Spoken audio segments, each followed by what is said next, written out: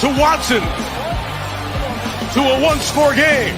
Hey, this is Ahman Green, Green Bay Packers all-time leading rusher. Bill, the Packer fan and Packer owner, Nick, they run a website for Packer news and updates, and I know Packer news hasn't been so great lately because we got some players that are not Packers anymore that you loved at one time, but you might hate a little bit right now. Two great running backs. We have a competent offensive line. He's saying that he felt in November and December that they didn't want him back. Get a little safety in that position. Either we go. There's no reason to believe we can't return, but. And they already came out, there's a couple guys that came out and said that Rodgers is telling solution of it, and don't let them go for anything under than one. And you know what, Packer fans? The Bears still suck. So go Pack Go, and good luck to Bill and Nick, their website and their Packer news. Talk to you later. It's a lot easier to come in and skip doing mop-up duty, but he threw the ball all. He kind of looked like Aaron Rodgers the way he was throwing the ball sidearm and just flicking the wrist, and the ball was just jumping out of his hands. Agreed. Hey everybody, this is Gerhard de Beer, former Green Bay Packer offensive lineman, and you're watching Frozen Tundra Network with Bill the Packer fan and Packer owner Nick. What's up, everybody? Welcome to the Frozen Tundra Network. We are now on Saturday nights and Monday nights every week, baby. And tonight we're going to talk about how we whipped that Chiefs ass last weekend. And then, not tomorrow, remember this, it'll be Monday Night Football. We see the New York Giants, baby. Let's go ahead and get into it with the Chiefs. Ken, you're the first person I see. What did you see in this Chiefs game, man? I saw us continuing this physical play that we have been these past few weeks, and I'm absolutely loving it. That's what I think has been missing from the Green Bay teams for a long time. And now that we're bringing out the more physical side of the team, it seemed to have given us a bit of an identity now. That even our receivers have been playing physical and jumping up and snatching the ball out of the air instead of just waiting for it to come. Yeah, I like it.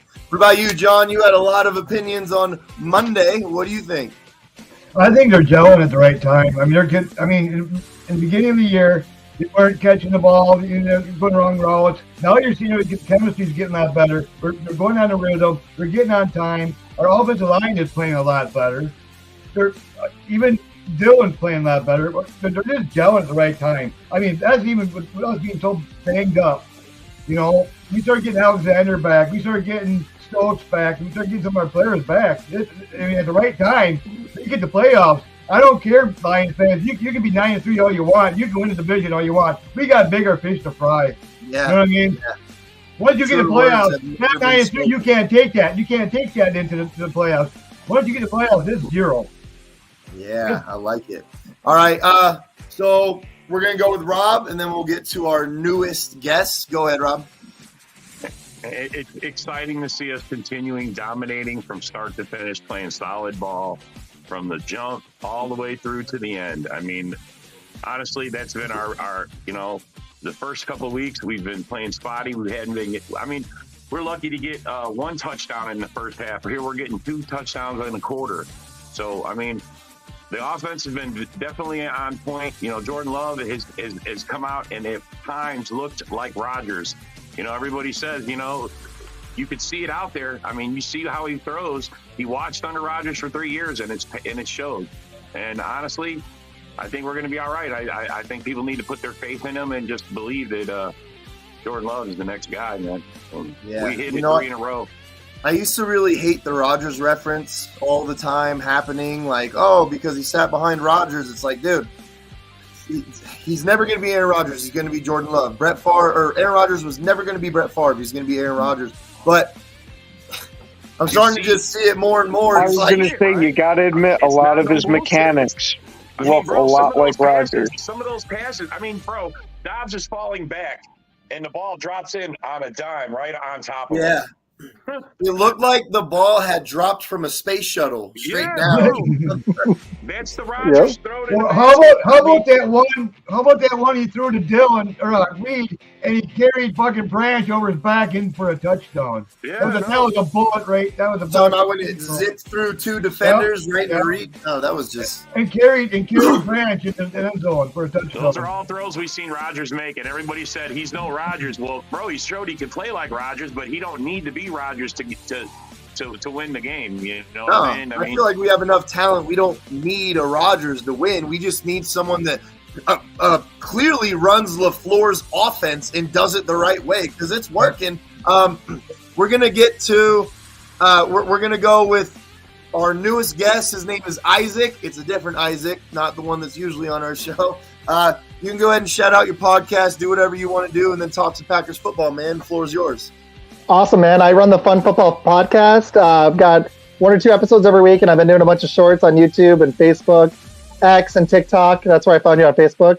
But, I was impressed. The only disappointment in this game was our run defense. But with all the backups in on defense, I was so impressed with Ballantyne, with how we were able to shut down Mahomes and consistently get pressure. And I got to say, Jordan Love, the thing that's impressed me the most was they were blitzing him nonstop. And the way he was, not just on that dime to Dubs, the next play to Watson, all game long, he only took 2 sacks. And, man, I was so impressed with how he didn't fluster under pressure. Because you saw Goff in the last game, we were able to rattle him, and it turned the game in the first quarter, even though he kind of came back. Goff turns into a pumpkin. I'm impressed that Love under pressure doesn't turn into a pumpkin. I got to say, I was like, I'm loving it. He's got game face. He's got the game face. Speaking of Jordan Love's getting sacked, he's only the 18th most sacked quarterback in the league. Now, you got to take into account there's guys like Joe Burrow who hasn't played every game, and he's been sacked the same amount of times as Jordan Love has. So I just think there's 2 things going on here. Jordan Love, his fearlessness in the pocket that was causing him to fumble the ball, causing him to get bad sacks early on, is now seemingly becoming a good thing for us because he moves into that pocket very, very smooth. He gets on that touchdown that he threw to Watson against the Chiefs, he's standing in the pocket instead of freaking out and trying to bounce out of the pocket, potentially get strip sacked, potentially get shoestringed. You know what I mean? He stood there and he rocketed the ball right to fucking Watson in the back of the end zone, touchdown. The guys him and the offensive line are gelling. They're improving. A-Dub, what's up? Welcome to the show. Why don't you bounce off of that real quick?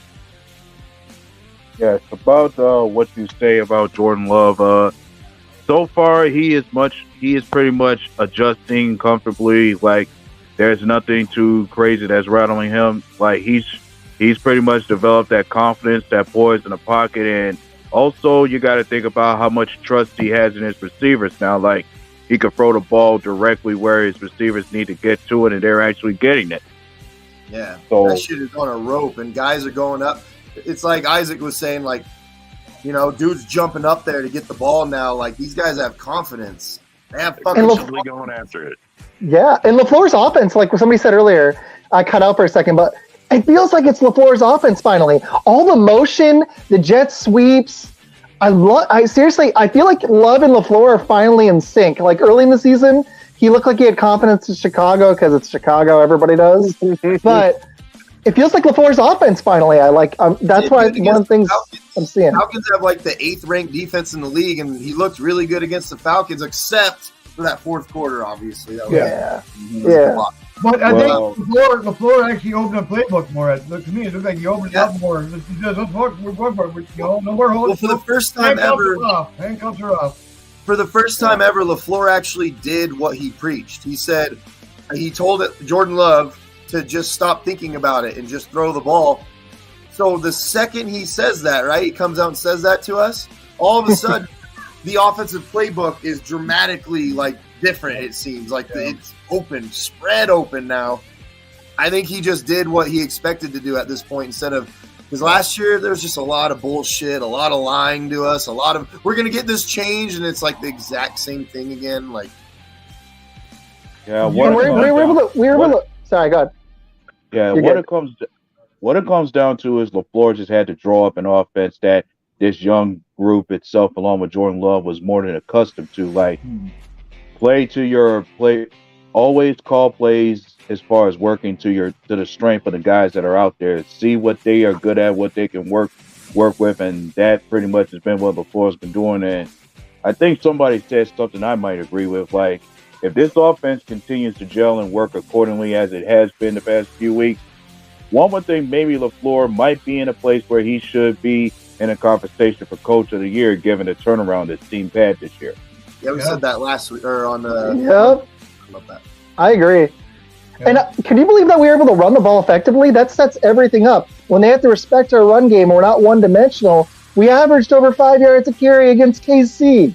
Yeah. That's pretty good. It was just enough of a threat to open up the passing game. Exactly. Speaking of the run game, if you play in the NFL and you're going to play against the Packers, don't go head first into A.J. Dillon's knees because, dude, I saw him hurt 2 people during the game because they went low and he just went.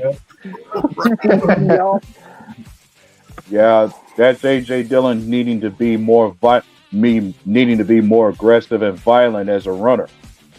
I mean, that's what somebody else has been preaching. Like, whenever A.J. Dillon gets the ball and runs to the holes, he's got to be much more violent, much more aggressive with his runs to get the yards out there. I mean, he may not ever be a true profound running back one, but at least he can get certain yards that are needed in situational down, which is why we have him. This is Isaac's first time on the show. What we've been talking about lately in the last few weeks is how A.J. Dillon will, in our opinion, never be a premier running back one. He just isn't a three-down back, but he's probably the best, most complimentary handcuff piece at running back that you could have. As long as you have running back one, like for example, if you had Josh Jacobs, right, as your running back one, you would have A.J. Dillon in a perfect position to go with Josh Jacobs every game and get those yardage, right? So exactly. That's what we've been talking about lately. I just wish he could be that perfect thunder to a lightning, because Aaron Jones, when he's healthy, which he hasn't been, that's what you want from Dillon. He nailed it. He's just got to be decisive and hit that hole violently. That's what we need him for. Oh yeah, those first couple of weeks there when who knows what was going on with him, like it was almost like he was running stuck in the mud. I think he lit a motivation under him to where, hey, I don't like the way they're talking about me, like I don't have heart or something. And he's been on a tear ever since. Hey, like we were just saying, I don't expect him to be the guy that's rushing for 1,000 yards a season and all that. But we can definitely build the offense around just him if it needs. Well, not just him, but him as the focal point if it needs to be. Yeah. Would you re-sign him? I'm curious. I know this is. Would y'all re-sign him at a cheap deal? I personally would, and pair him with a draft pick. That's exactly what I'd do. I think it's unfortunately time for Jones. It's sad, man. But I think it's time. I love Aaron Jones. He's been great for us, but he's injured too often. That's just been this year, man. I don't know. Like last year, he's been injured quite a bit too. He's going to be 29. Yeah. He's going to be 29 next year. It's like another team might even sign him to some money, a desperate team, but I don't know. I wouldn't be giving him $10 million a year. He'll take a pay cut to stay here, man. If he does, I'd do it. Jones has always been willing to take a pay cut to stay in Green Bay. It's about the team, about the love of the game, about winning, man. You don't want to go play with someone else where he ain't got no mojo. But if you keep him, you still got to draft a running back. I agree. They got to get the future. Yep. Dude, someone's got to go. Someone's got to clear out. Especially if he don't work out, we don't know now because he's been injured. So we're not going to, he's hurt his season by being injured now. Because he had a promising start. Well, we got Drake now. He looked good. I actually want them to use a high pick on it because they never use a receiver. If they use a first rounder or that high second round from the Jets on the running back, they typically do receiver. So it'll probably be, even though I actually like our receivers. Using the second round on them. Here's the thing. What you got to look at the running back class that's coming in right now as of this year. Like, who in that running back class is worth a second or first round pick, though? True. That'd be the first thing you got to think about. And in these days, they don't value running backs anymore. I mean, it's quarterbacks, it's wide receivers, tight ends. Those are all getting more play. Pass rushers, offensive linemen, protecting the quarterbacks, protecting those $100 million interests. This is a weak class too. We didn't even draft any O linemen this last draft, and I mean, honestly, I think it hurt us at the start of the season when we took some injuries. I mean, we didn't expect to lose Bach right off the bat. Game 1, he plays a perfect game, and then he just out, and he's done for the year. Yeah, that's heartbreaking. He's got to go back. It's like Jones. Jones, I could see keeping on a cheap deal. Bach, though, it's like, I don't know what they're going to do with this contract, but I think it's time to retire, honestly. If he restructures his contract, I'd like to have him back. If he restructures it, do a good deal, I'd say. If his knee issues are truly behind him, I'd take him on a massively lower deal. Speaking of signing running backs, the best. The Green Bay Packers signed a running back, and we don't know yet Aaron Jones is going to play or not. It looks like Aaron Jones might play. It looks like it may be Sunday morning, and they're just Sunday night. Yeah, he's questionable, but for all we know, tomorrow night before Monday, they're going to go, you know what, he's just not ready. Or Monday morning, they're going to go, he's just not. We don't know what's going to happen. So Green Bay did just sign Kenyon Drake, who, I'm not going to lie, he's had a lot of bright moments in his career. He hasn't been the greatest running back or anything like that, but when he was on Las Vegas last time I saw him, he still was pretty decent. If Aaron Jones can't go, what do you guys realistically think we can do with someone like A.J. Dillon? Obviously will be the running back 1 for the game. We can incorporate Patrick Taylor like we have been. Wilson's still there. We got Kenyon Drake now all of a sudden. Like, what do you think happens? Oh, I think this week we're only going to work him in a few times just because he's not going to be too up to speed on the running assignments for it. But if we give him multiple carries throughout multiple games, I can see him being a decent piece for us. So I actually forgot for a moment the reason why we got Kenyon Drake is because Wilson is actually on IR now. Yeah. He just got unlucky.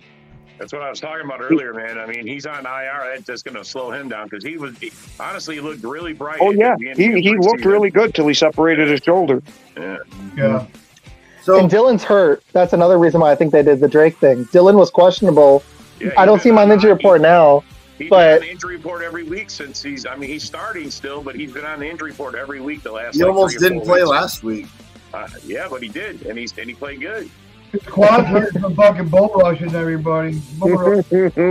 So if we don't have Aaron Jones and A.J. Dillon, I didn't see him on the injury report this morning, so he should be fine. We still got Patrick Taylor, right? So you can 1-2 punch with A.J. Dillon and Patrick Taylor. I actually kind of see Kenyon Drake coming in for maybe 8 to 10 plays for passing downs. I can see it. Yeah. That's what I was thinking too. Let's 1-2 punch with Dillon and Reed. Those plays from Reed that are coming out of the backfield, he's like a rocket, man. And Watson. Watson too. I love when they're using both receivers. It's awesome. There's the other Isaac, man, right there. That's the other Isaac. There we go. Unfortunately, it looks like Watson. I mean, I'm pretty sure they already ruled Watson out for the game. Yeah, they did. I don't know what to think because it's like at least he's being. Yeah, go ahead. I was just gonna say it's just the same shit over and over again, and then he plays, and then he does something great, and we're like, no, keep him. But then he gets hurt again, and we're like, no, get rid of him. And he does something great, and we're like, no, keep him. Like, at least now, AJ's injury prone. You got to say Watson is. He's being proactive about it because he was very transparent that he's been spending tens of thousands of dollars to try to get these different specialists to figure out what's going to prevent him from getting these hamstring injuries. And he even said that he has to strengthen his back more because that's taking too much of the load. He needs a Utah State massage, man. Well, break out your table and get the lotion going. I'll give him the Jordan Love special. Yep. And it'll be a superstar in no time. What do you guys think? Do you think that Watson's going to last much longer on this roster if this keeps happening? Like, well, what I seen today, a thing about him getting a professional thing that getting hamstrings. There's even I can't remember what football player it was. But he was going to try to help him from getting, help him develop so he doesn't get hamstring injuries no more. I don't know. He's working on it, I guess. I guess he's spending lots of fucking money. How many years has he got left on his contract? How many years he got left? He's on his rookie contract. This is he's got to have 2 more. He's got to have 2 more years left after this, and then he's got a team option, I think, at the end. No, he was a second rounder. So he better get his shit together. He better get his shit together before his contract's up, or he's not But going to you get know an what? extension. I would in this draft. I would draft the best receiver they can in the first round. Get the best receiver they can. Why not? You put him. You put your first receiver, and then you got Watson on the other side. Yeah, I would much rather have a left tackle over a receiver because I'm actually liking where our receiver room is at right now. Yeah, isn't that shocking though? That I still want to bet, but isn't it shocking that a receiver room for the first time in forever isn't like the biggest concern? Yep. It's nuts, isn't it? But then they struggled a little bit, and then I was like, maybe hold on. Well, my thing, but my thing is like this: if you do get a veteran, the one problem you're going to have with bringing a veteran in now is where is he going to fit in terms of snap counts and targets in his direction, even while he's trying to help these young receivers develop. Because for you to bring a veteran in, that means one of these young guys that Jordan Love passes to has to be the odd man out. So that's why I'd rather get a running back. That's why I'd rather get a running back. I'm just hoping that he can fix this so that he doesn't have to be an unfortunate story. You know what I mean? Like, get this injury shit fixed, and then you'll be plenty. Dude, when he's out of field, he's electrifying. That's what I want. That's what I'm hoping for. That's something else you can get to. When Watson is healthy, he's definitely one of your top targets out there to throw to. I think he could be a top 10 receiver in a few years. Like, dude, he's got all the fucking tools. He's got everything that he needs. He just has to stop getting injured. That's all there is to it. I want to answer this real quick, though. We're going to go against Kayvon Thibodeau, who, man, just blew up this year. He's got 15 sacks.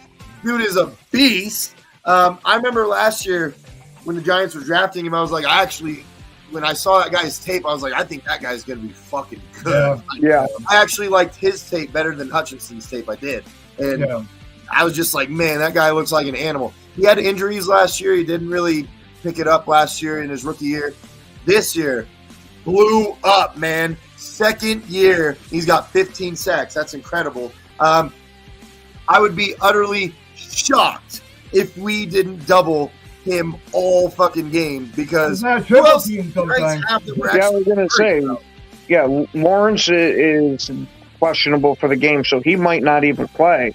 So if he doesn't play, you might as well double team him the whole game. Everybody else can handle their guy.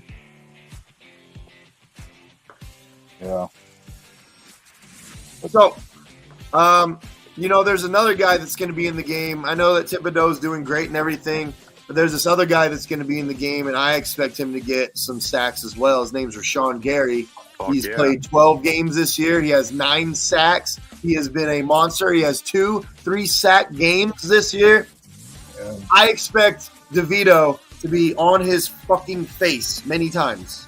I really do. Yeah, and that's the other thing about the Giants. Like, as I recall, they supposedly gave up to 69 sacks this year. That just goes to show that they ain't got very much of a dependable O-line, which means the whole interior pass rush along with Gary should be able to get to him.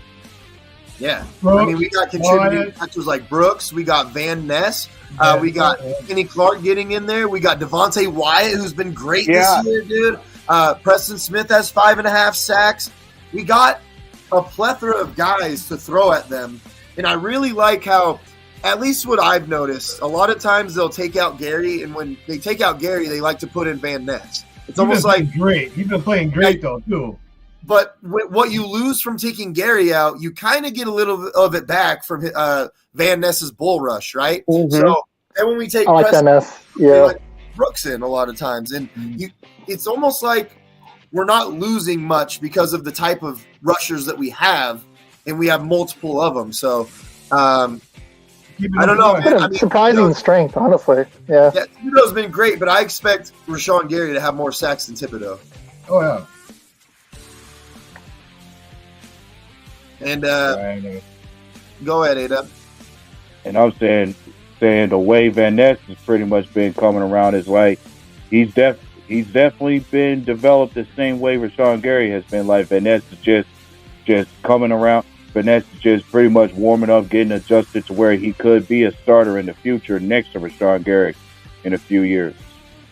I was going to say that's what I can't wait for, is to see Gary and Van Ness on the field at the same time with the pure intensity of Gary and then Van Ness's strength and hand moves. It's going to be very hard to be blocking both of them at the same time. So, what's up? David Stark Clifford Gray just joined us. What's up, David? Stark Clifford. Have you what have you seen out there, David? 'Cause, I mean, you're in all the groups. What have you seen? Have you seen the Stark Clifford stuff still? No. Not really, man. Shit just went silent, huh? Now it's kind of quiet now, ain't there? Mm-hmm. Oh, there's still a couple of them trying to preach it. That we're waiting on Love to crash down. Can you give the kids some time? He's shown a lot of promise these past couple of weeks, and even if he has a bad game, it's still his first year. So, something that I want to bring up is one thing that I'm glad that we didn't do as a panel. We were all about, a lot of us anyways, a lot of us, some of us weren't, but a lot of us were all about bringing Rodgers back. You know, what the fuck, man? We're probably going to fail this year because we're not bringing Rodgers back. And we were on that wagon. And the second Rodgers got traded to the Jets, we said our goodbyes and we never brought him up again. You know what I mean? I still see people making posts like, you know, if we had Rodgers this year, I'm actually starting to think if we had Rodgers this year, we'd be fucking 4-8 instead of 6-6 or something. Right? What if he gotten hurt? Like he did with the Jets? He could have gotten hurt. With us though, Four plays in, he was out. Yeah. Weren't you guys over? I was just over the mess though. Like all the drama and everything, man. Like he wasn't. He just was becoming not worth the headache. And I'm sorry, but like he's making so much money. I also have a theory. I'm curious if you guys all agree with this. This was interesting. When he went to the Jets, who did he take with him? He took Lazard with him. He took Cobb with him. And he always complained about his receivers when he had Adams. And then, obviously, when they dumped Adams, he didn't gel with young receivers. And I'm not saying at his prime he wasn't excellent, but why would you bring Lazard and Cobb with you? I think he just loves his guys so much. But those guys aren't, at this stage in their careers, Lazard never has been. They're not threats at receiver. They feed that's why. There was some other guys. If I recall, there was some other guys he took with him. Like he took he took more. He took one of the offensive linemen with him. Adrian Amos went up there with him too. Yep. They're all failures over there. They're all failures. One thing, none of them are working. Yeah. One thing about Cobb is Lazard's sitting. Lazard's a healthy scratch. Dude, Cobb was the third down, the fourth down, the touchdown, red zone guy. Cobb was actually really good when he was in the games. He just kept getting hurt. Like he was a bear killer. He was Rodgers' security blanket. He killed the Bears. He was helping us. I mean, at the end of that Washington Commanders game when we beat them at the very end, Cobb was the one that was scoring at the end to get us back into that win. So I think Cobb still has something left, but it's not much, right? Like he's at the end of his game. Yeah, he's only got a few plays a game left in him. Yeah, there's just like a little juice, just a little bit. Jones came back to us. It's like, look, James Jones still has a little bit left, but it's not much, right? He's Yeah. got a year or two left. So Cobb actually might have been the perfect. Sorry, go ahead. No, go ahead, man. Go ahead. I was thinking Cobb might have actually been, if he wasn't like him and Rodgers weren't like this, he might have been the kind of guy that might have been a good. I still would like to have a threat, but with these receivers, he might have been that good, just veteran in the room to coach him up. If it wasn't that he was going with Rodgers wherever Rodgers went, I would have gladly have had him back because I've always loved Cobb from his very first play of the punt return touchdown all the way through. I definitely do not. That's Rodgers' weakness, man. His loyalty to guys, even though they're old and used up and beyond their health. Well, that's what I'm saying. And how ironic is it? Sorry, and how ironic was it at the time that Randall Cobb was there with the Jets? He had to tell those guys, "Listen, if you don't catch any certain balls that Rodgers throw your way, he will never throw nothing to you ever again throughout the rest of the season." That's my point. That's the difference between this team and last year's team. Rodgers was the leader of last year's team, and he couldn't do better than 8-9. We're gonna beat 8-9 this year, guys, and it's off of Jordan. And nobody worried about if they're going to get the ball because if they drop it, he's still going to try and throw it to them. There's not going to be favoritism. It feels more together. Whoever gets open is going to get the ball. Get open. Yeah, it feels together this year. Get open. Because Jordan Love is currently in the same age range as those people that he's playing with. Like he's not that old veteran throwing that ball to those people. Like he's growing along with them guys. To them.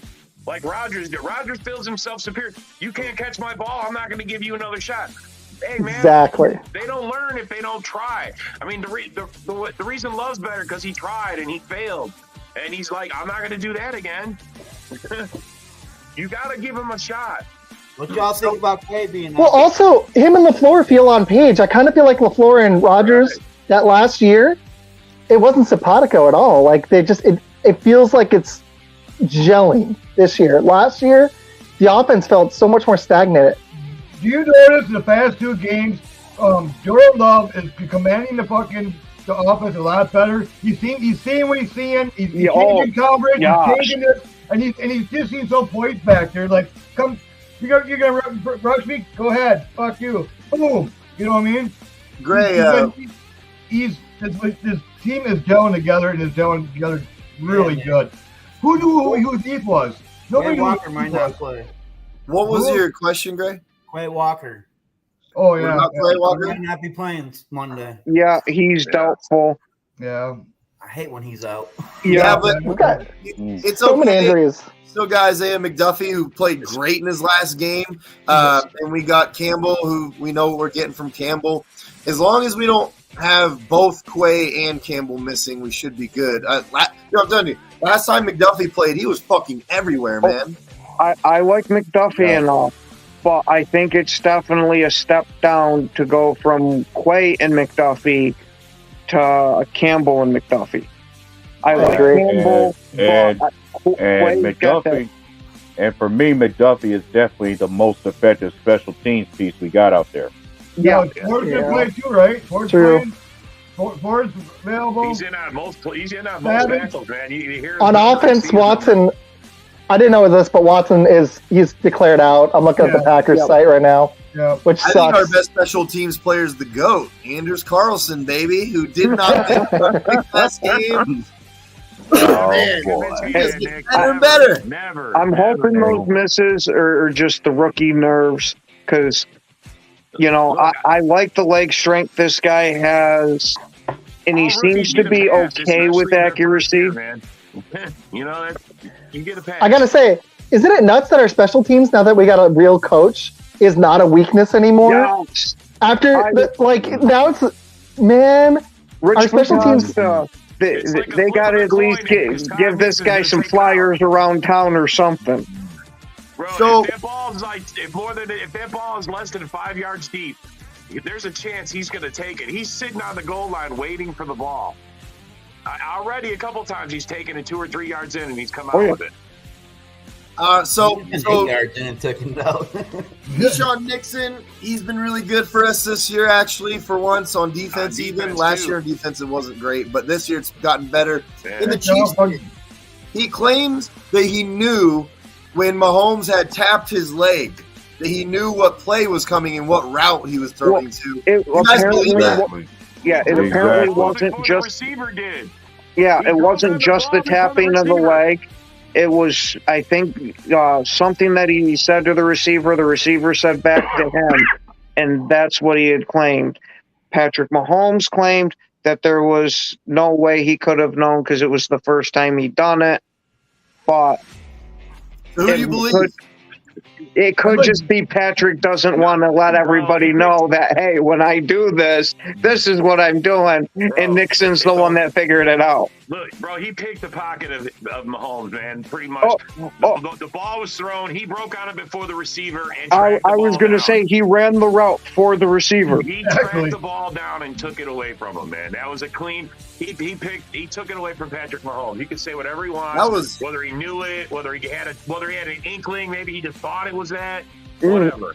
Do it again. The receiver in the clip, he stole it. He took it. It was a great play. It was awesome. Bro. Highlight. Not only was it a great play, it was perfect timing when he made that play.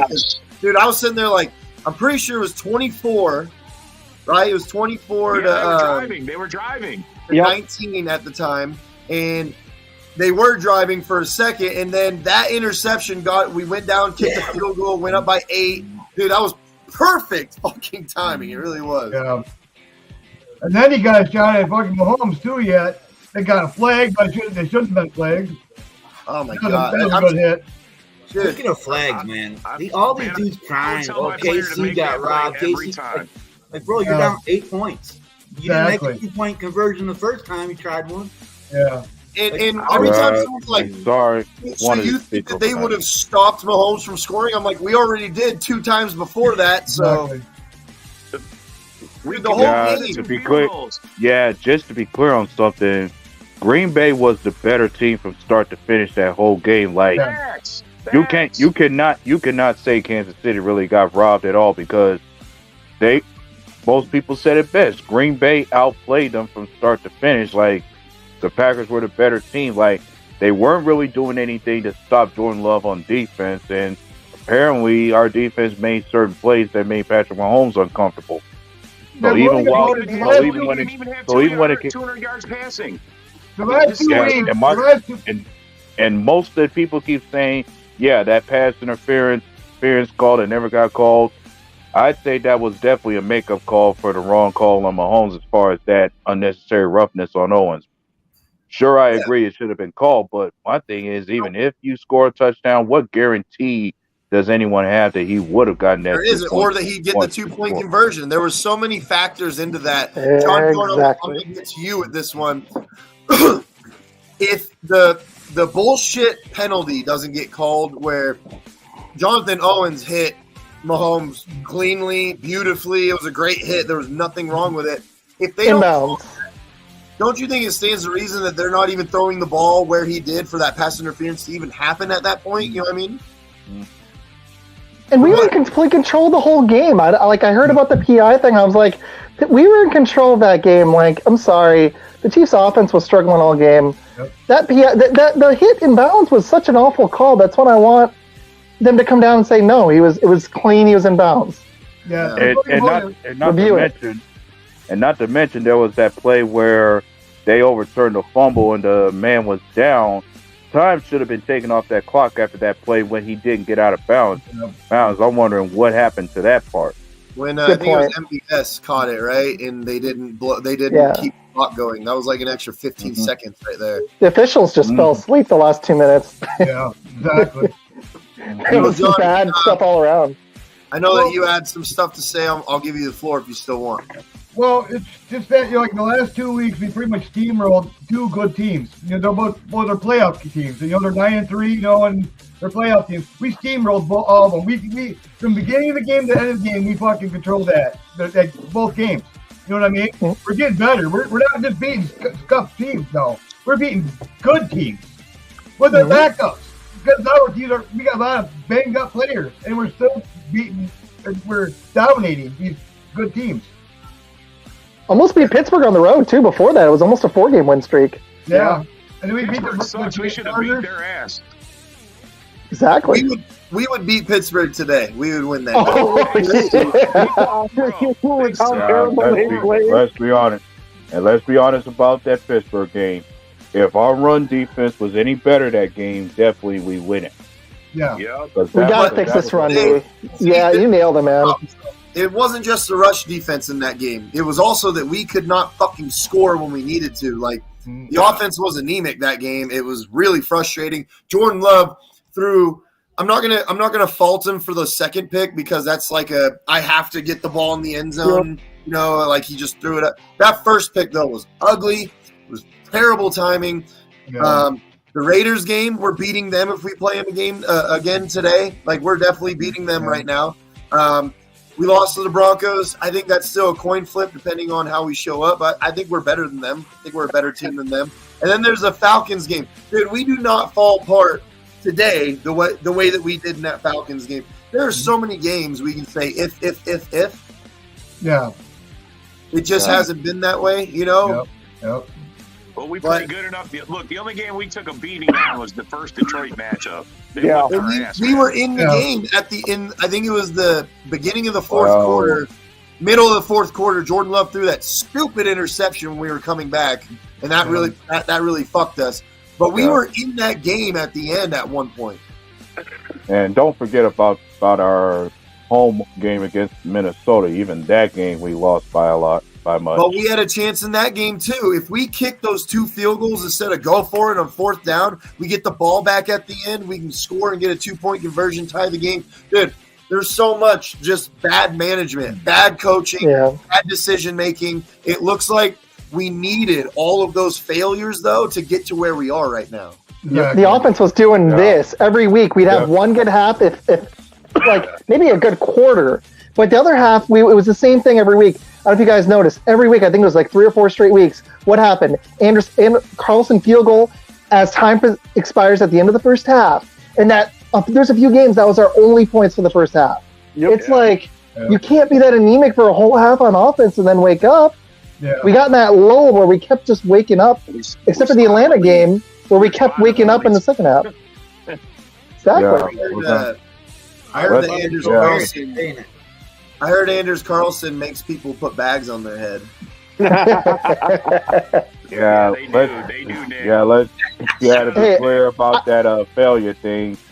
Yes, one had to recall at the start of the season that had to be a conversation like how much adversity this team was going to face going into the year, given how young we were. Sure, we was going to have our share of growing pains, miscues, and struggles and all, but even if they happened, at least this team would grow and develop from it. That was the big question. Yeah.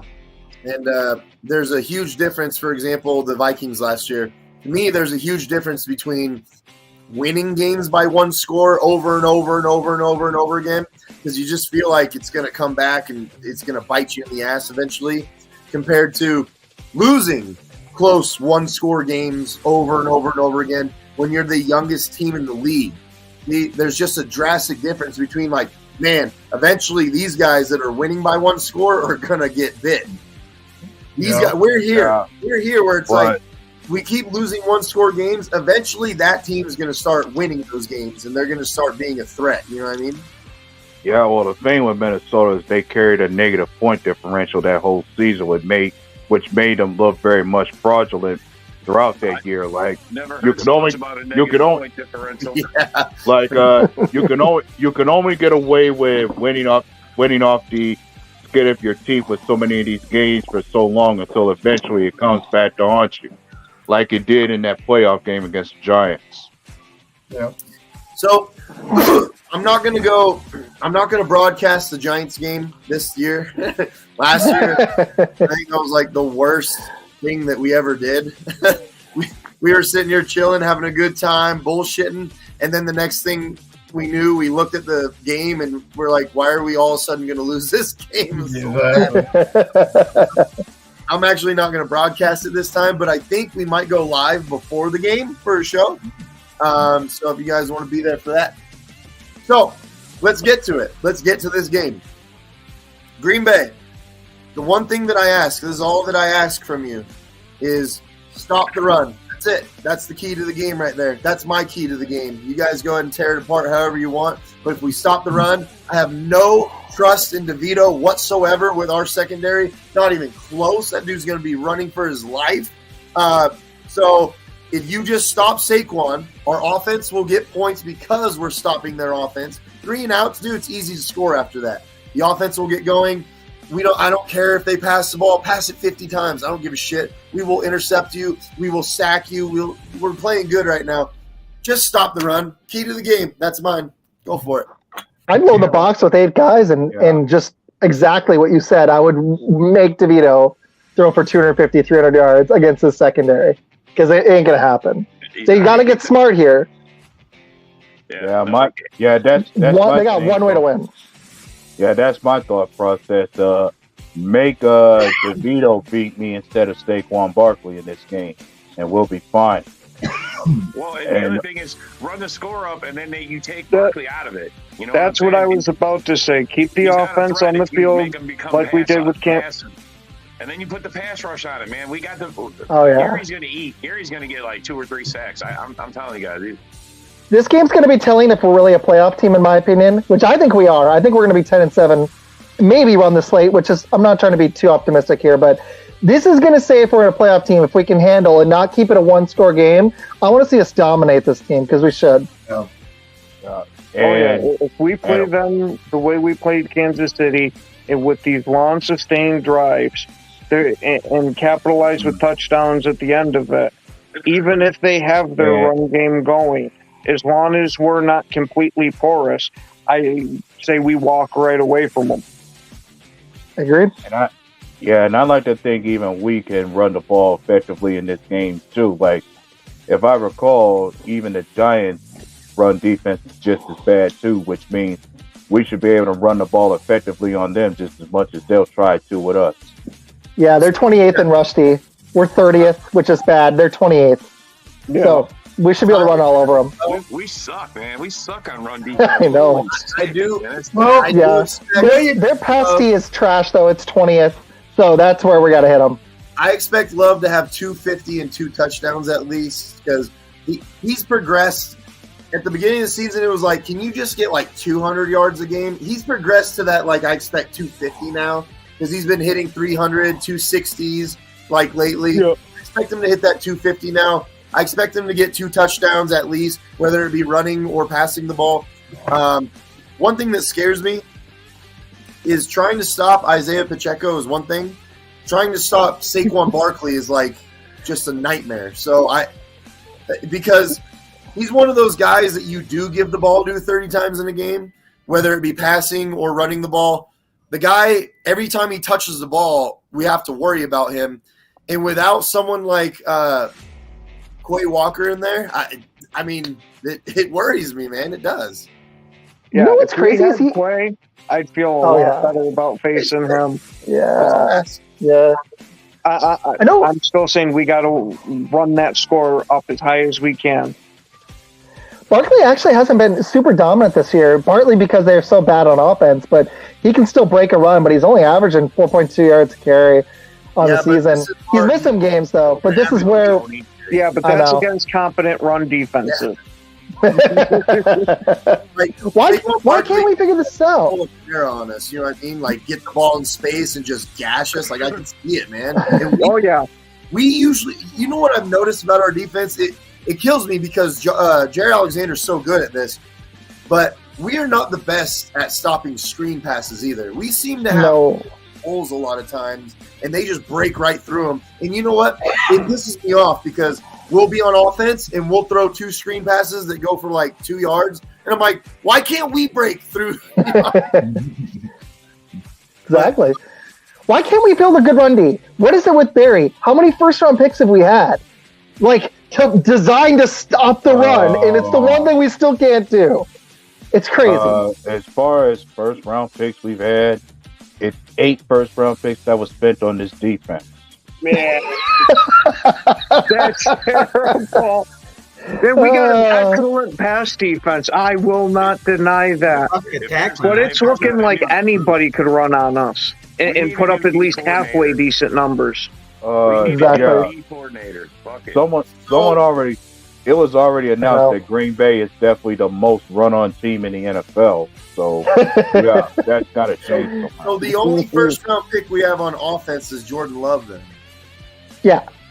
Basically, yes. I'm pretty sure. Anyone Actually, else? No, all I of don't our think so. Not our entire team. round. Nope. AJ I don't think on the O-line. Our receivers are from second and third round. Our tight ends are from the second round. I can't. There's nobody other than Jordan Love that we got in the first round, man. I don't think on the offensive line. Yeah, no, not one guy. That offense is fucking very young, very, very young. Okay, so let's do this. I'm going to ask you guys one question. We'll go around the horn. Who has impressed you the most on the offense this year, not named Jordan Love? I'll go with Ken first. I'm going to say Reed. I expected him to have a little bit of a slow transition, but he's just caught fire and it's been massively impressive.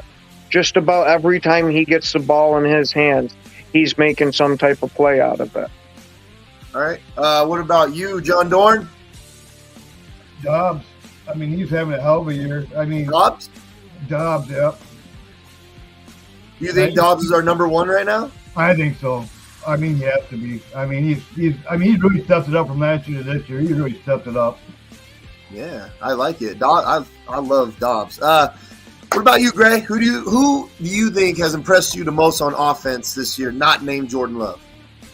Well, you guys took Reed and Dobbs. I'll go to tight ends. You're going to go Musgrave and Kraft? All three of them, actually. Ben Sims. Sims? Yeah, I like it. I love the tight ends that we have now. Like, this is the first time in a very long time I felt like we have good tight ends. Yeah. Oh, wait, Zach Tom. Let me change that. Zach Tom. You just stole mine, you fuck. God. Well, Zach Tom, you kind of be happy with the tight end. You couldn't just take away the Van Ness. They're all good. What about you, A-Dub? Well, if anybody's impressed me the most, I have to go with a receiver, and I'm thinking between two names, but the name that comes to mind the most for me has to be Dontavian West. Nice, he took mine. Yeah, I was gonna say him. He's given how he has been able to play physical and make some big catches throughout the year for us. Even being a 5th round pick, the guy has shown up and made some big plays for us on the offense, especially at clutch times that we need him. So definitely Wicks for me. Him and he filled that gap. And no one's saying he. What's going on here, guys? So these guys have definitely filled that gap that I thought Samori Torrey would take over, and he didn't. It's actually been very refreshing to see 3rd, 4th, and 5th receivers even get the ball and do some great things with it this year. Rob, who's your guy? Well, I mean, Ken took him. Look, I'm going to double down on Reed, man. The guy not only catching, I mean, he coming out of college catching a lot of passes, so I knew he was going to be great there. But the way that he comes out of the backfield like a rocket when they pitch to him or they do a reverse to him, the guy, he almost gets a first down every time he touches the ball, man, and that's what I like about him. He's explosive, and he's going to be the guy that next year everyone's going to fear more than anybody else on our team. Yeah. All right, Isaac, you're up. Okay, I like Dobbs as a red zone threat, and Wicks has stepped up. I got to give them both love, I really do. But I'm going to go Reed, too. He's actually leading the team in receiving yards, but when you add the rushing yards in, I think he's the guy that has the most juice. Like, I think he's the one that scares the other team the most. Dobbs is really good in short yardage, and he can make some plays. I mean, that play in the Chiefs game. And he's our red zone target, but I kind of think Love's starting to look Reed's way the most. I feel like next year, if Watson's still hurt, he's going to be the number 1 receiver. I got to go Reed. All right, so I'm going to go with David Bakhtiari, obviously. Oh, my goodness. It's got to be Zach Tom. And I thought of it before Gray did, so that's... Double down. It's got to be Zach Tom. Every time someone's like, who's your best offensive lineman? I'm like, it's Elton Jenkins. But I'm starting to think maybe it is Zach Tom because this dude, no matter where he goes, dominates. No matter where he goes, I swear. I still think Jenkins is by a little margin our best offensive lineman because he can also play tackle. He can also play center. But Zach Tom is the one that's had to go round and round and round all year, and he's just one guy too is actually Myers. Myers is playing pretty crappy beginning of the year. Yes, he is. He's turning it around, and he's playing pretty damn good now. Yeah, we actually gave him a lot of shit at the beginning of the year. We were like, can Myers just not suck this year? Like, that would be really cool. Yeah. I'll definitely admit I massively doubted him going into this year. He was so up and down. But, hey, he's been playing consistent for a little bit now. Yeah, he turned it around. He's playing good now. Yeah. Mm-hmm. So we also got, obviously, John Runyon. John Runyon has been really good. And then we got Sean Ryan, who's filled in, and he's been really good. Sean Runyon, did he shut down Hutchinson? Sean Ryan was the one throwing Hutchinson around. And then one of my favorite things about all this is that Royce Newman is not seeing the field anymore. Yeah. I can't watch him. I absolutely hated him. And one's got to say for Sean Ryan to show up like he has. For me, I think that just breaks the cycle. Like so often, Green Bay has never been able to hit on the third round. Sean Ryan might be an exception to that, and also so will Tucker Kraft. Both of those guys will be the exception to Green Bay not hitting on their third round pick. True. Especially after Tucker Kraft's interview that he just had. I love this kid's mentality. Serial killer, man. Yeah, man. Hey, honestly, you guys, do you not think that Kraft puts more spark out there than Musgrave did when he's out there? It really depends. I gotta see more. It's kind of like comparing. I love Musgrave. Don't get me wrong. I'm just saying. I feel like Kraft is out there owning that position, man. It seems like he's more explosive than Musgrave was. But it's I really like Musgrave. Like comparing Kittle to fucking Kelsey. The one that's dating Taylor Swift. What's his Kelsey. name? Yeah, that bum. Fucking bum. Yeah. He's playing like his wash now, man. More of a receiver where where Kraft is your typical tight end.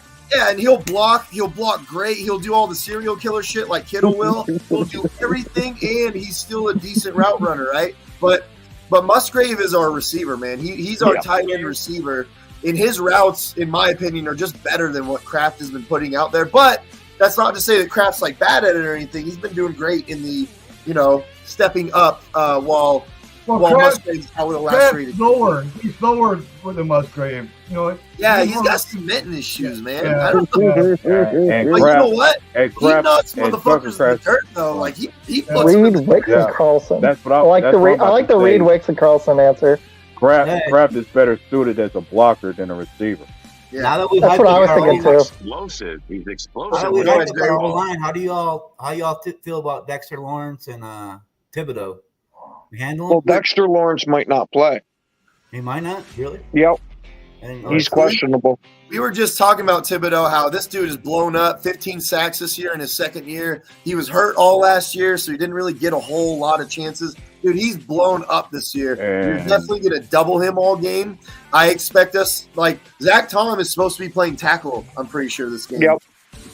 So if we have Zach Tom on him all game, I'm confident with it, but we are going to need help. I'm not scared of anybody else on their roster, especially if Lawrence doesn't play. Yeah. Yeah, And A-Dub, you stole my Wicks one, man. I was going to go Wicks. You stole it. That was good. I like it. Well, hey, I said I had two names of mine. If it wasn't Wicks, I would have went with Malik Heath. Like, it's not very often you see a free agent receiver show up and make some big catches and plays too. Yeah. And the Chiefs game. And in the Chiefs game. Yeah. I agree, man. Can't name Rashawn Gary. What about defense? I'll go with Valentine. He's looking. Yeah. Wait. Valentine or Ballantyne? Because they both pretty good. Valentine. B. They're both playing good, but I think Valentine's definitely the better corner. I would go with Jonathan Owens. Jonathan Owens is my pick right now. Owens has been I can see sick. that. Dude, he has hurt, though. changed this defense for the good. When it's Yes, he has. it's been Come on, crazy. it's gotta be Brooks. It's gotta be Brooks, man. All right, Brooks I is like a Brooks good too. one. There's no bad pick. There's no bad pick, John. No bad pick. Well, I'm gonna. I see Tom Valenti, 12 personnel, Musgrave and Kraft. He wants to see both of them. That's my dad. he's watching. Who you choosing, Gray? Huh? Who you choosing on the defense? I said Valentine.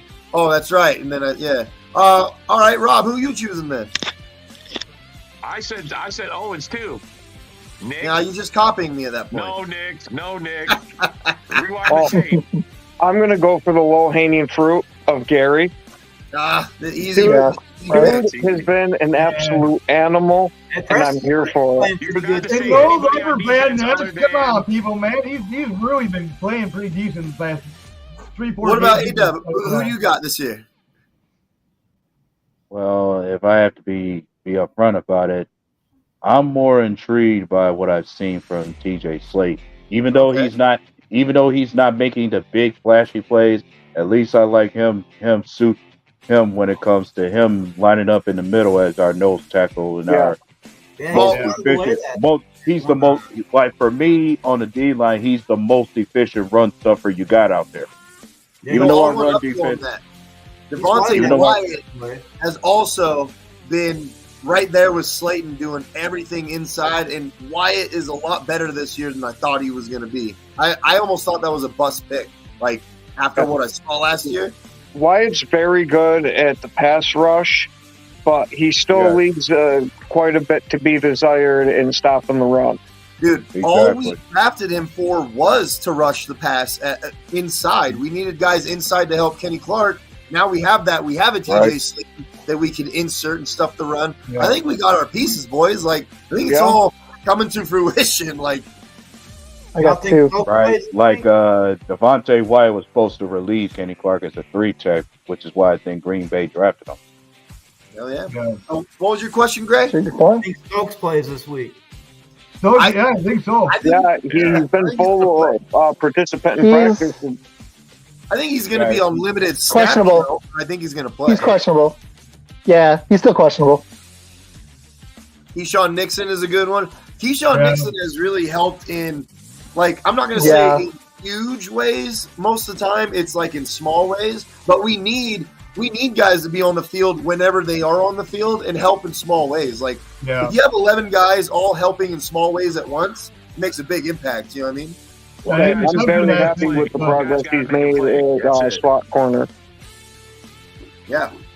What were you saying, Rob? I said it's just every play. Somebody's got to make that play.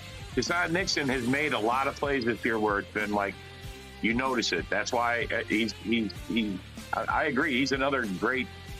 This is another guy that we picked up that's a diamond in the rough. He's turned out to be really good, very solid.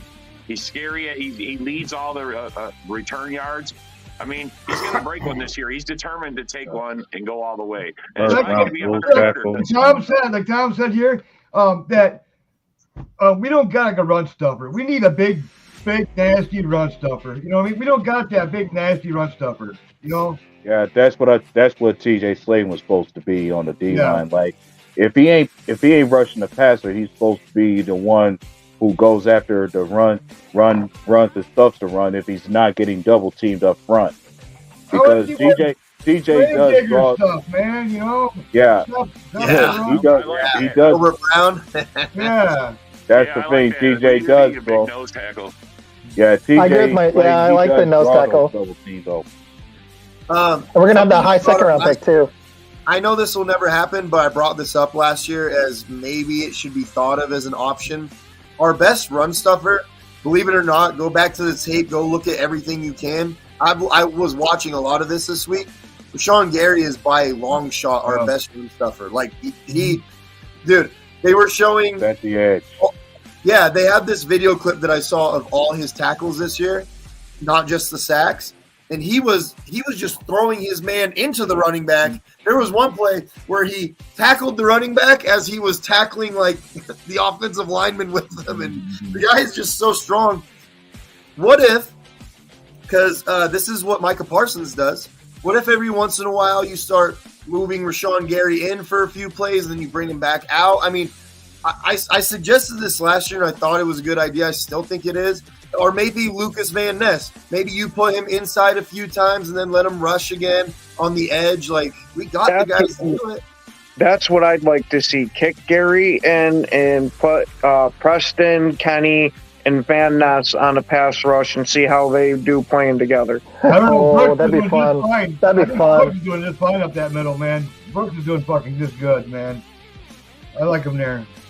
Another player that we haven't even mentioned who is in the mix and doing great things also.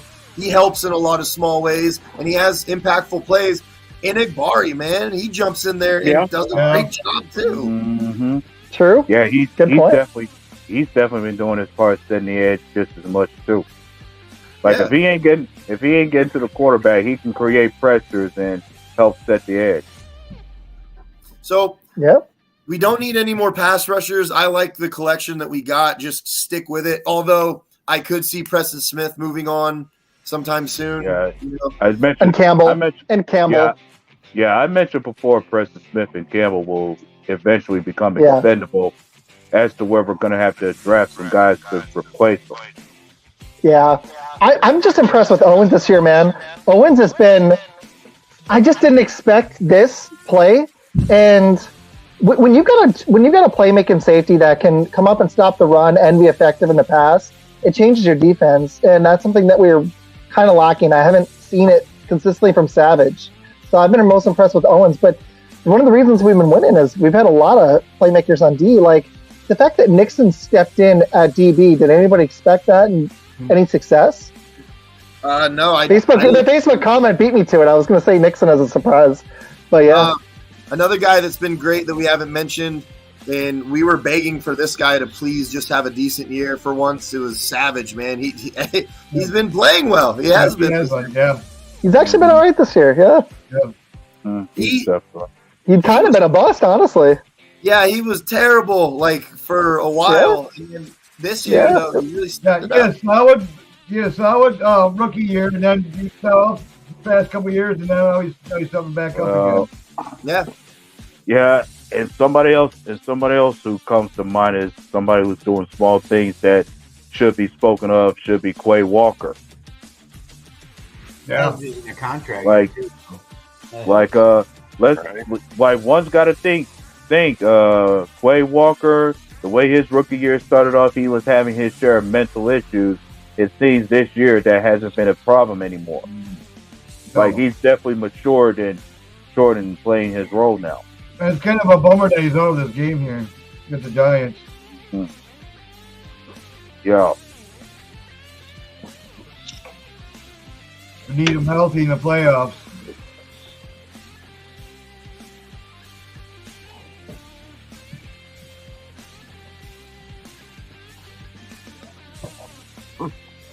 We'll talk all at once here, guys. I was waiting for somebody to go. I thought, sorry. All right, so let's get back to the actual game itself. I expect, again, Jordan Love, 250 and 2 touchdowns at least. I got to be honest. I can see him throwing a pick. It's been a while since he hasn't. It's just kind of how the NFL works. I can see him doing it. As long as it's not an interception like the Raiders game, you know what I mean? Or like the fucking the Steelers game, like looking dead at someone and just being like, oh, whoops. Like, as long as it's not that, I'm all right with it. I expect the defense to have at least 3 sacks as a team, at least. I expect Rashawn Gary to have 2 of them. I want to see Rashawn Gary outshine Thibodeau.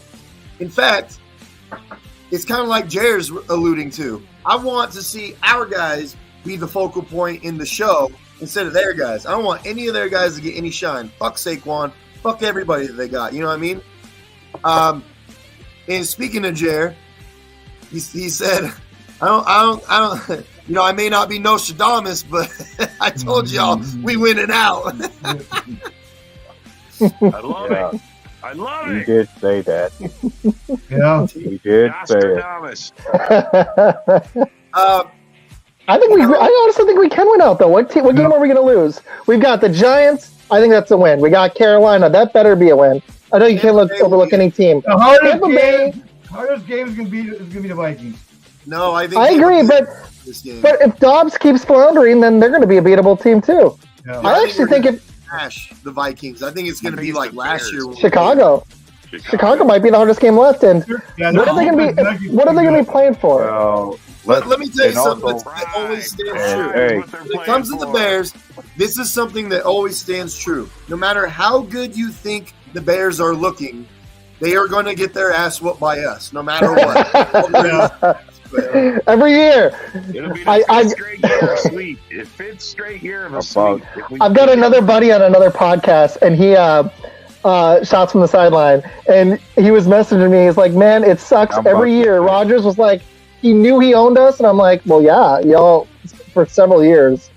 I feel bad for the Bears.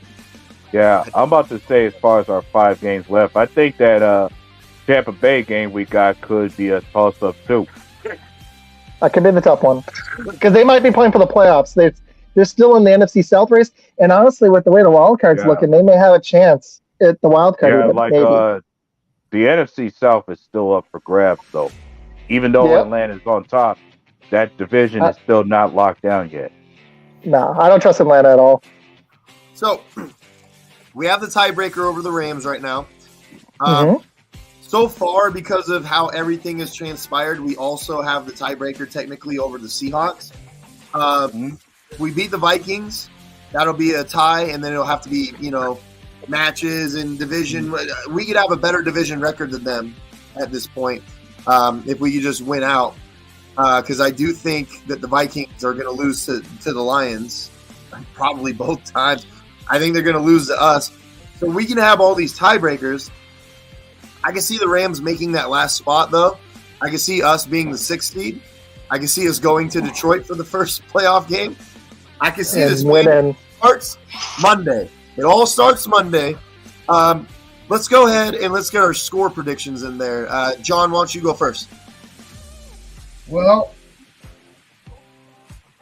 I think we're going to go 28 for Packers, and Giants going to be 13. Okay. Our defense is too good. We're really going to give them over 20, that's for sure. All right. Rob, go for it.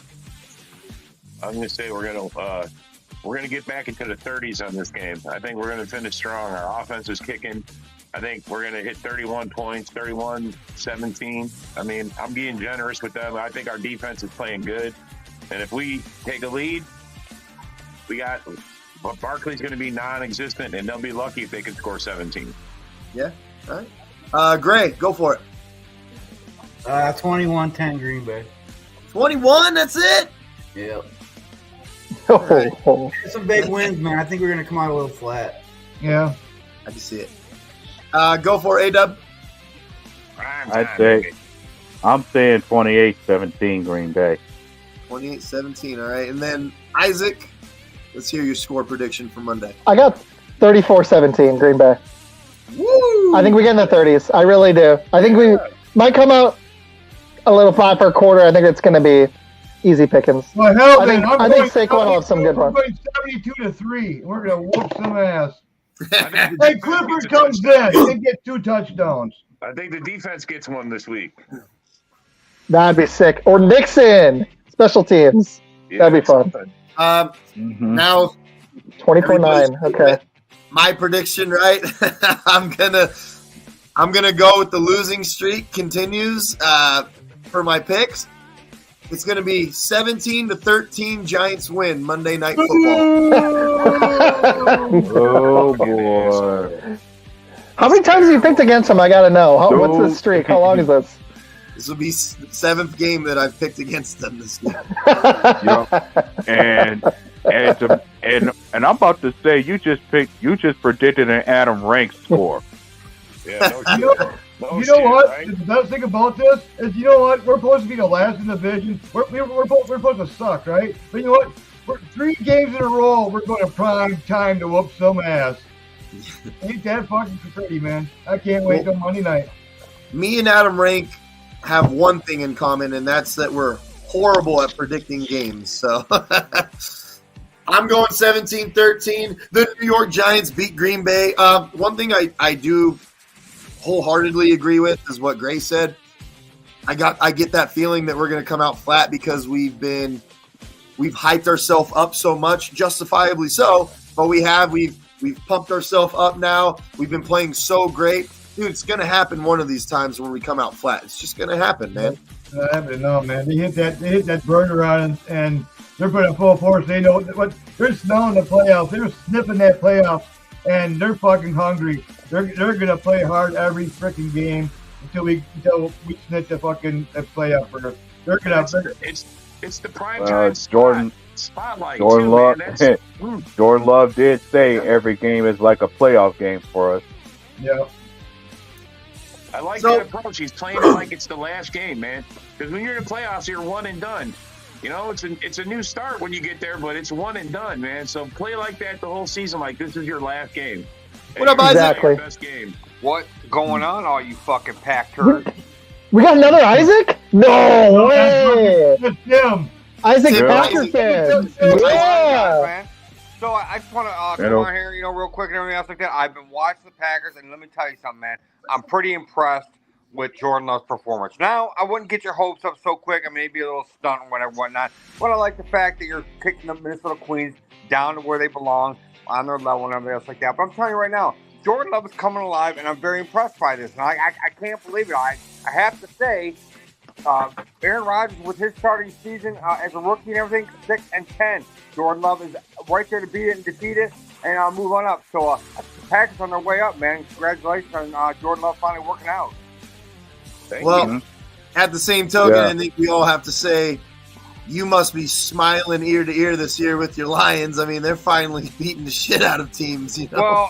I'm very happy with the performance, but I'm not happy right now at all with their defense. The defense has struggled. Jared Goff has struggled. We struggled to even get the win last week, and now we're going to go against the bums this week.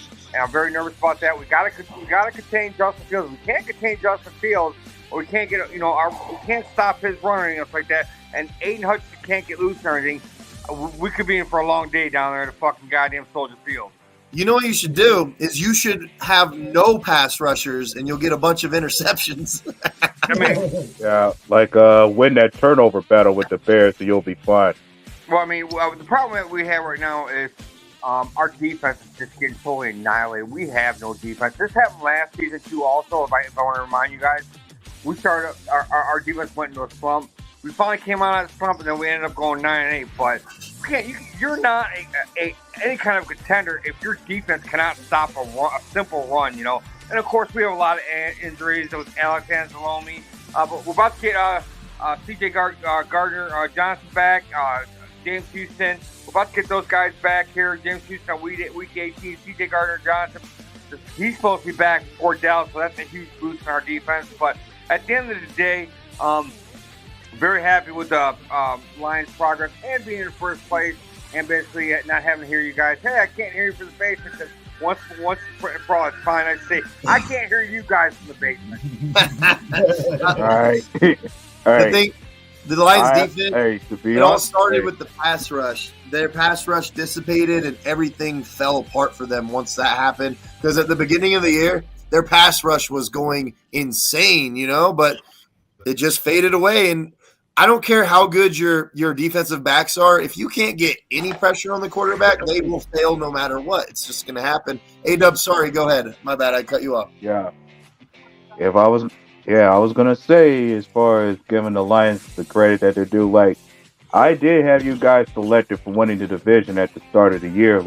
I felt they were in the right direction when it came to the rebuild that they got started. Your GM definitely made the right moves, got the right guys in.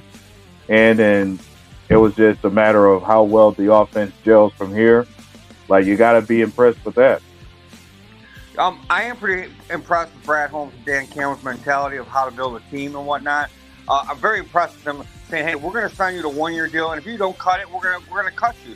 Show us what you got, and then we'll re-sign you, and we'll talk about it later. But what I'm not impressed with is right before the trade deadline, we did nothing on defense. We went out and got Donovan Peoples-Jones from the Cleveland Browns, which an old Michigan Wolverines receiver and whatnot. He didn't really impress me at Michigan and whatnot. And I just don't know what the mentality I think is. We needed that defense, and there's basically 3 players given away out there from Washington, all over the place, and we did nothing on our defense to capitalize. Hey Tim, I got a question for you. Okay, you guys grabbed Gibbs in the first round, right? Right. Would you rather have Carter than Gibbs right now? I like Jahmyr Gibbs because he's a. Sorry, go ahead. Oh, I'll just say, I mean, yeah, Gibbs doing really good right now, but what if you need a pass rusher to go along with Hutchinson? I mean, once you be Carter and him, that'd be a nasty duel. You know what I mean? Yeah. The person I'm looking out for, Carter, I like a dual threat. What's his name on the Raiders? The other tight end I'm thinking of. Are you talking about Mayer? What is it? Mayer from Notre Dame? Yeah. Michael Mayer. Yeah. Right now, as far as our defense goes, Jahmyr Gibbs or defense, listen, they knew they were going to get rid of DeAndre Swift, injury prone and whatnot. But this guy's pulling miracles off Philadelphia right now. This guy's a beast over there. David right Montgomery's been really good this year too. Your whole running back and David Montgomery's been really good. But David Montgomery once again having injury issues as usual, as he did with the Bears. So, you brought up the Peoples-Jones trade, and I gotta agree. When that happened, I kind of looked at you guys' roster and went, "Why?" Because first of all, I'm just gonna start with Laporta, who's been breaking out. That's one great receiver that you have right there already.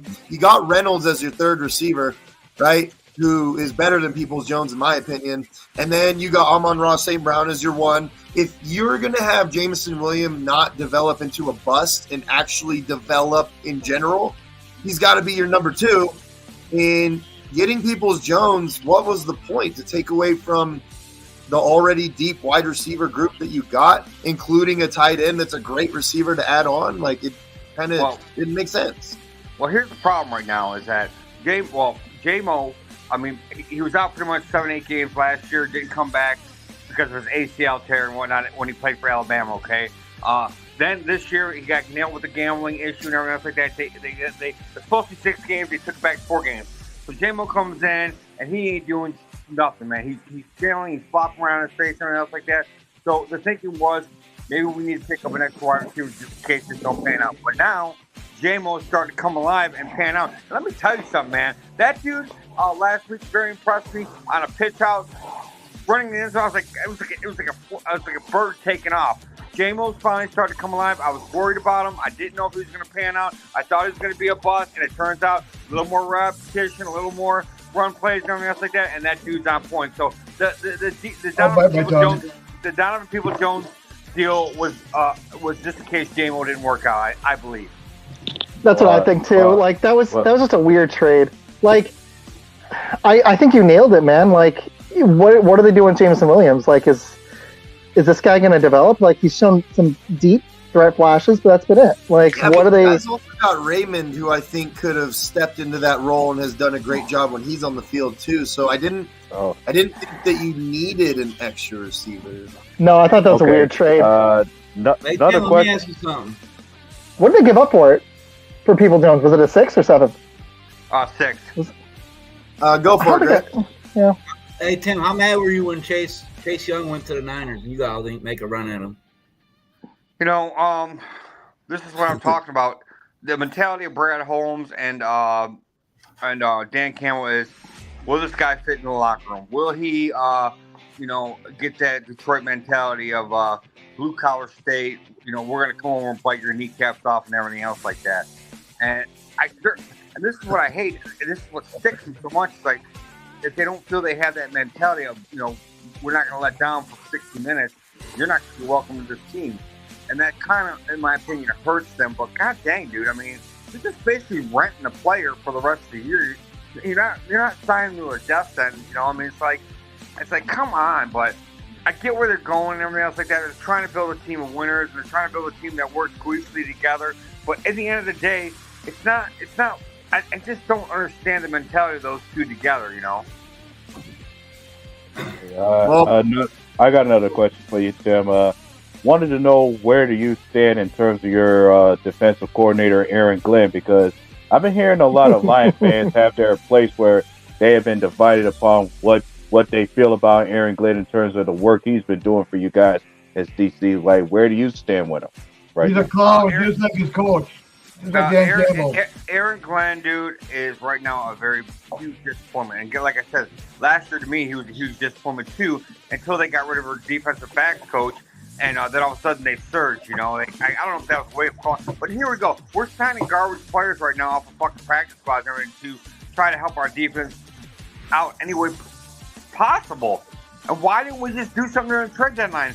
I mean, we got plenty of cap space, but we're not doing nothing. To me, Aaron Glenn right now gets a fucking D close to an F, because our defense is giving up a magnitude of points every game, and they're not holding anybody. Beginning of the season, we were doing great. What the hell happened after the goddamn week off and everything else like that? We are giving up 30 points a game easily, and it's sad and pathetic. They're talking about Aaron Glenn, and Ben Johnson possibly being head end of a coach this year. Aaron Glenn needs to fucking really rethink of where he's at, because he should end up in a goddamn CFL the way he's coaching right now. Y'all so DBs let's do this. suck. Your DB no, sucks. Cam Sutton, I don't know, man. He sucks. At least you didn't trade for Montez Sweat so that he could do absolutely nothing, and at least you didn't pick up Edmonds from the Bills in a huge deal just so he could be an absolute bum. After trading Roquan Smith away too, like what? What are they doing? To me, at the end of the day, Aaron Glenn looks good for a short period of time, and then it's like, what the fuck? Ben Johnson, our offensive coordinator, this dude could draw plays in his sleep. What the hell's been going on with Jared Goff and the fumbles and everything else, like in the turnovers? Yeah. It's just out of hand. It's like, what the hell is going on here? Now I get it. A lot of teams, they go through a slump period. They gotta. It's every team that works out. At the end of the day, it's when everybody gets healthy at the right time, and the Lions will get healthy at the right time. But the question is, why is Jared Goff fumbling? I mean, this guy ran a ball down and basically, fumbled it with nobody even being there against the Packers. I mean, what is the problem here? Why is Jared Goff all of a sudden a turnover king? Yeah, 3 interceptions the week before, and then 3 fumbles. It's like, well, he's got small hands. Jared Goff looks like Kirk Cousins' brother. Well, if you get pressure on him, he buckles. That's what I think. Yep. But with all that being said, everything, you guys should be proud of Jordan Love right now. What he's doing. The guy, I had a big question mark on him. I'm like, there's no way the Packers can have 3 quarterbacks in the world that can be, MVP, greatest, first possible Hall of Famers.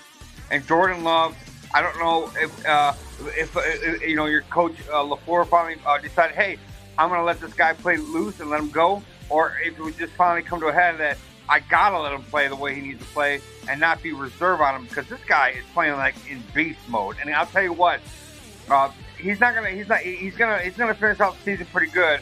Probably not playoff wise. You guys might get a wild card, but at the end of the day, dude, it's good to see that Green Bay is showing improvement with this guy, because I thought once you lost Karen Rodgers, it was over for you.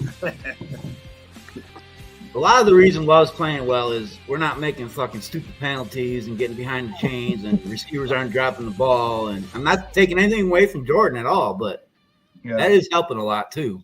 That helped. A lot better with that lately. Well, you guys got to be pretty happy with your whole situation over there, considering I said 4 or 5 wins for you guys. A lot of Green Bay fans I talked to said 4 wins to 6 wins. 4 wins? I even heard some say 7 wins. 3 wins. I had him at 8 to 9. I was thinking 7-10 or 8-9. Yeah, even before the season. But I think 10-11 is very, very, very possible. 10 or 11 is extremely possible right now. I think we can go to the Super Bowl. I think everybody's happy. Well, that's kind of pushing. That's kind of pushing. San Fran, man, they're gonna be tough. I still think we should bench Love and start Clifford. So Tim, if we get the that was 6th sarcasm, by the way, for people that don't know. If we get the 6th seed and y'all get the 3rd seed, how do you feel about that? Green Bay wins.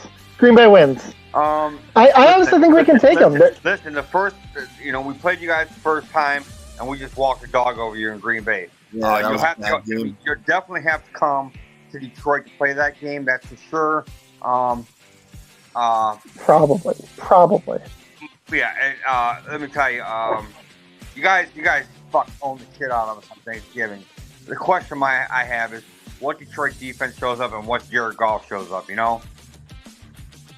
That Detroit pass D, man, they're really struggling. I'm like, if you look at the Lions schedule, they got some tough games left. They better just win a couple so they actually win the division. We got the Bears this week. We got the Broncos. We got Dallas, and we got Queens twice. I don't know what it was. Dallas game will be interesting. Ever since the Ravens game, the Lions, there's been something about them. Ever since the Ravens game, they're not playing like they're dominant like they were at the beginning of the season for some reason. They were humbled. They were completely humbled in that game. They realized there are levels to this, and since then they got completely destroyed in that game. I don't understand where their mentality has gone. It's the Baltimore Ravens game reality check, total ass raping, and at the end of the day, now we've been struggling, all over the place. I don't understand Aaron Glenn. I don't understand what he's doing with the defense. Why can't he get it back together to the basics of what they were doing in the beginning of the season until they got ass raped by the Baltimore Ravens? So they didn't lose anybody significant to injury, right? The Lions on D. C.J. Gardner-Johnson, pec injury. James Houston. C.J. Gardner-Johnson is supposed to be back for the Dallas game, and James Houston is supposed to be back by week 18 against the Minnesota Vikings. What's going on with Boggs? I mean, I thought he was pretty good run stopper, and And listen, they're double teaming Hutchinson and everything else like that. I don't understand when you got a double team on him.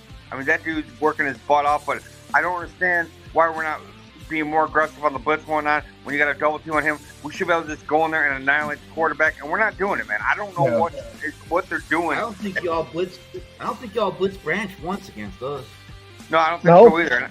Nope. And I don't know. I don't understand. I sometimes think this is a movie being played out, and the NFL ain't real at times. When I see this stuff, I'm just like, how is this possible? But it is what it is. This actually ties into what I was getting at earlier, because this is happening to the Lions, where they don't have a deep amount of guys helping with small things collectively. Like we have Rashawn Gary, he gets doubled every game, right? Preston Smith, he sees double teams as well.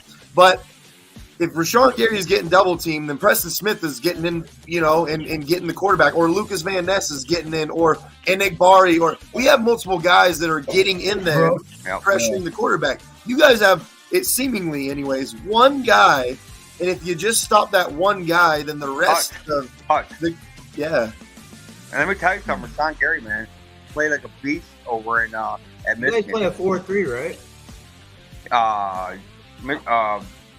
Who's on my Lions? 4-3. Yeah, you play a 4-3, don't you? Yeah. Rashawn Gary, man, a beast at University of Michigan, and continues his ways at Green Bay. I don't know what it is with Green Bay, Michigan players going to Green Bay, but I'll tell you what, you guys had some greats there, and they've really turned the tide for you guys, that's for sure. Now, Reed, he's actually playing pretty good for us. I mean, you guys had some really good ones, but Rashawn Gary, man, I always liked him at Michigan. He's really performing. Oh, you're talking about Desmond Howard and who else? Desmond Howard, Charles Woodson. Oh, Howard. Oh, Woodson, man, one of my favorite all-time backers. Such a beast. So, you guys have had some great Michigan players, and Rashawn Gary is just a nice piece to your franchise right there. Did you mention Desmond Howard as well? Yeah, Desmond Howard. Yeah, I did. And Gary coming off that ACL, man, honestly, that's one of the most impressive things about our defense. The fact that he had a career-high 3 sacks earlier this year, man, in that Detroit game. I'm impressed, man. Seriously. Pitch count would slowly, rise and rise. Each game would rise a little more, more. Dallas kind of like leeches off. Go nuts. You know who we have the worst luck with is drafting Alabama players. We have the absolute worst luck ever. Like, Eddie Lacy was great, but it was so short-lived that it ended up not being a good pick. You know what I mean? Trash. We seem to be on Georgia and Alabama running backs and whatnot, and wide receivers right now. But listen, J-Mo, I was, like I said, I was very worried about, but he's performing now, so maybe the tides have turned with him. But so far, in my opinion, draft-wise, as who they've drafted, everything's pretty much worked out the way it has, and it's been good for us. But at the end of the day, they're still not drafting nobody on defense that's really actually panned out besides Hutch, in my opinion. Anzalome's good, don't get me wrong, but, I mean, our defense is weak, period. Well, I think it's easy to see that the Lions in the division, in my opinion, have the most talent of any team. I mean, the defense can still get it put together at some point. I mean, especially if you get it figured out at the end of the season, that's obviously for the best. Green Bay is just too young. I think Green Bay might have the second most talent of any of the 4 NFC North teams, but we're just so young that it's like, who knows what's going to happen in these next few years.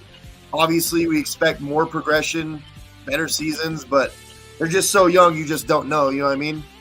I think you guys got a plethora of talent over there, and I think that you guys are moving in a positive direction. I'm shocked without Karen there, like I said, but I'll tell you what, Jordan Love is filling the shoes of that guy. Yeah, if I'm not saying you will, but if Jordan Love ends up being a Hall of Fame quarterback, you guys got to be sick to your stomach if that happens. Yeah, I'm pretty sick to my stomach. 3 quarterbacks in a row: Brett Favre, Aaron Rodgers, and now Jordan Love. I mean, you guys don't forget, man. You did have Brett Hundley for a second, so I mean, Yeah. Does that count? Too. Does Brett Hundley count? No, he wasn't our actual quarterback. We just had injuries. I mean, that's like. Wait a minute. Do you not want him to count, or do you just? I would rather never remember Brett Hundley ever again. What do you think of Hendon Hooker, Tim? Listen, man, Hendon Hooker. Darcy was saying that maybe Hendon Hooker should start at some point. No, dude. Who said that? So he wasn't saying this year. He was saying that it was Darcy. Wait, he was saying that maybe said that? Darcy. Oh, dude, that guy. Never mind. But he was saying maybe the Lions should get rid of Goff. He said next year, which is too early. But he was saying get rid of Goff and then Hendon Hooker start. Hendon Hooker was doing great. He was a Heisman Trophy candidate for Tennessee as a quarterback until he got an ACL injury. Okay, the guy is a beast. Don't get me wrong. But listen, everybody wants to discount Jared Goff. Oh well, he had these turnovers and that turnovers. Okay, so you think switching or let Hendon Hooker play? Hendon Hooker's at practice right now, and any day he could probably fill in the shoes for Jared Goff. But you think Dan Campbell or anybody else is going to say, hey, let's go over and just put Hendon in after Jared Goff led us to 9-8, and now we're 9-3. Let's just turn the reins over to Hendon Hooker. That's not going to happen. I thought he was crazy for saying he was trying to say next year, and I was like, I mean, that's way too early. But I did start thinking about it, and it kind of makes sense that if in 2 years you guys just aren't getting it done, 2 more years, then your guys' team is so young because you guys have a young team too. You have so much young talent coming up and starting to, progress as well. Maybe Hendon Hooker will be ready in a few years and Jared Goff just can't get you there. Well, here's the deal. Jared Goff's contract is up next year, and they've been in negotiations and stuff. They've been talking about re-signing and whatnot. But what if you guys give him like a prove-it deal, like a 1 year, like $20 million, something like that? But what's his ceiling? What's his ceiling though? Like, with Goff, as good as he is, he took the Rams to the Super Bowl and was one of the reasons they lost. He has to get him significantly. To an championship game, in my opinion, for it to. And they're not doing that this year. They're not. They're notch below Dallas. They're notch below Philly. They're notch below San Fran. To me, that's the truth. Success for the Lions this season would be win the NFC North, get a playoff win, and that's it. And then, that's a successful season. Okay. But you know what's going to happen though? If Ben Johnson leaves, all that shit goes right down the tubes. True. I mean, you got to keep him. I'm worried about Ben Johnson. I like him as a play caller. So, yeah, he's a damn good one. Yeah, but there's others out there. And Ben Johnson had a chance to get the job at North Carolina last year. They had him. They wanted to hire him, and he said, "No, I'm going back to Detroit to finish the job." I can see him for the Chargers. Oh, he could just write his contract now. That dude's writing his own contract right now. Yeah, someone's hiring him next year. But So we want in the playoffs, Tim. Yeah, do you want the Packers? Like, what if we played y'all? He wants the Rams. Listen, the South is. You want the Rams? You want Minnesota? The South is horrendous, and fuck the Queens. They're not getting in. I'll take. Listen, man. This is all honesty. I'll take Philly, Dallas. I'll take. I think Atlanta's in the South, but with a crap record, along with Atlanta. I mean, Atlanta right in there, and then I'll take the Niners for sure.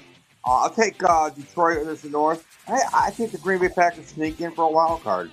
Do what I think, though, instead of sneaking in, agree. I think what's going to happen, we're going to win out, and starting tomorrow, that Lions team is just going to be like a train wreck and start losing all the games. And we're going to sneak in. We're